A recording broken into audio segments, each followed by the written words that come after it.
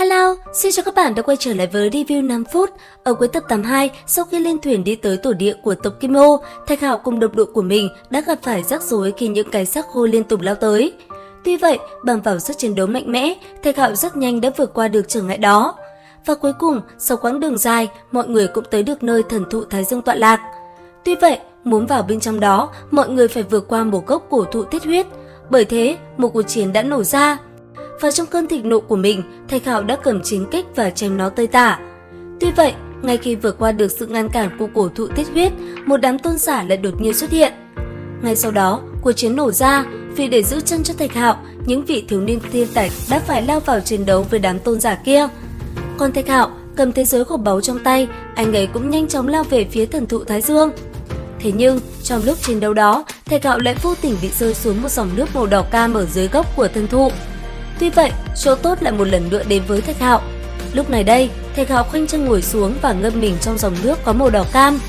Sau đó, trí tôn cốt ở trước ngực anh ấy cũng liền có dấu hiệu thức tỉnh. Nó liên tục hấp thu hỏa dịch ở bên ngoài để tẩm bổ cho chính nó. Cứ thế, thời gian trôi qua, trên người Thạch Hạo lúc này đã bị bao quanh ba đạo phù văn đầy mạnh mẽ. Ở giữa hai tay Thạch Hạo, một hình nhân tí gon tỏa ra một màu vàng rực cũng đang ngồi xếp bằng ở đó. Và rồi rất nhanh, ở bên trong cơ thể Thạch Hạo, trí tôn cốt cũng có biến hóa, toàn bộ khối cốt được bao trùm bởi hỏa dịch nóng chảy, xung quanh chính là phù văn vô tận. Cũng bởi thế, nó làm Thạch Hạo cảm thấy vô cùng sung sướng. Lúc này đây, Thạch Hạo dường như đắm chìm ở trong đó. Và không chỉ có Thạch Hạo tận hưởng, Đả Thần Thạch cùng ấu trùng hoàng điệp nó cũng rất thính. Cảm nhận được hỏa dịch bên ngoài, nó cũng nhanh chóng thức tỉnh và lập tức hấp thu thần dịch xung quanh để tẩm bổ cho bản thân mình. Tới cuối cùng, khi ba người đã hấp thu vô số thần dịch ở dưới gốc cây hoàng kim, bọn họ cũng trở ra bên ngoài. Và rất nhanh, Thạch Hạo cũng lập tức đi tới trợ giúp cho đồng đội của mình. Và lần này, đối thủ của Thạch Hạo chính là một vị lão nhân. Và sau một hồi lời qua tiếng lại, hai người đã liền lao vào nhau mà chiến đấu. Từ trên tay vị lão giả kia, một cái sừng hiêu liền xuất hiện, sau đó xoay tròn trong không trung. Cuối cùng, lão ta lao thẳng tới Thạch Hạo mà đánh. Trong không trung, quyền cước do hai người liên tục va chạm, chiến đấu giúp bọn họ là hết sức gây người.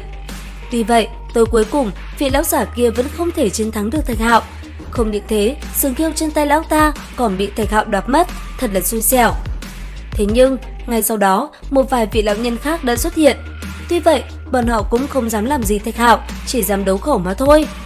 Còn Thạch Hạo, sau khi đi tới chỗ đồng đội của mình, anh ấy đã gặp được cơ duyên lớn. Lúc này đây, ở phía xa xa, một đóa hoa màu vàng tỏa ra mùi hương thơm ngát đang từ từ nở ra.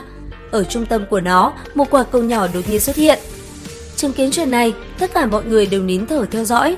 Hiển nhiên, giờ khắc này đây, chẳng còn ai muốn động thủ nữa. Tuy vậy, sau khi chứng kiến thần dịch từ đóa hoa kia bắt đầu chảy ra, mọi người đã liền lao vào tranh đoạt. Trên tay Thạch Hạo, một quả cầu ngưng tụ lại, kèm theo đó, trên sắt bất diệt kim thân xuất hiện ngay lập tức đánh thẳng tới tên tôn giả đầu một sừng kia. Ở bên cạnh, đồng đội của Thạch Hạo cũng lập tức ra tay, và sau một buổi giao chiến, đám tôn giả kia cuối cùng cũng bị hành cho sa bã. Sau đó, khi dần đẩy lui được những kẻ ngáng đường, không chậm trễ, Thạch Hạo liền lấy thế giới của báu ra và thu lại toàn bộ thần dịch do đóa xanh kia rớt xuống. Có thể nói, thu hoạch lần này là vô cùng to lớn.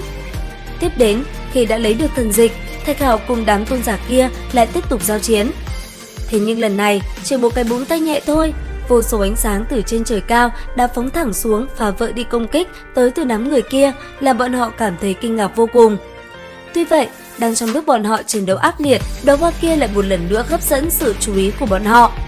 Ở trung tâm của đóa hoa, quả cầu khi nãy giờ đây đã dần mở ra.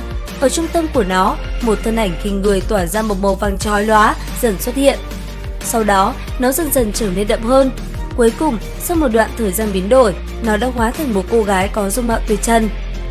Ở phía dưới, mọi người đều vô cùng kinh ngạc. Hiển nhiên, bọn họ không thể tin được cảnh tượng xảy ra ở trước mắt của mình. Đến đây thì hết tập 83 Thế giới hoàn mỹ. Xin chào và hẹn gặp lại các bạn ở những video tiếp theo.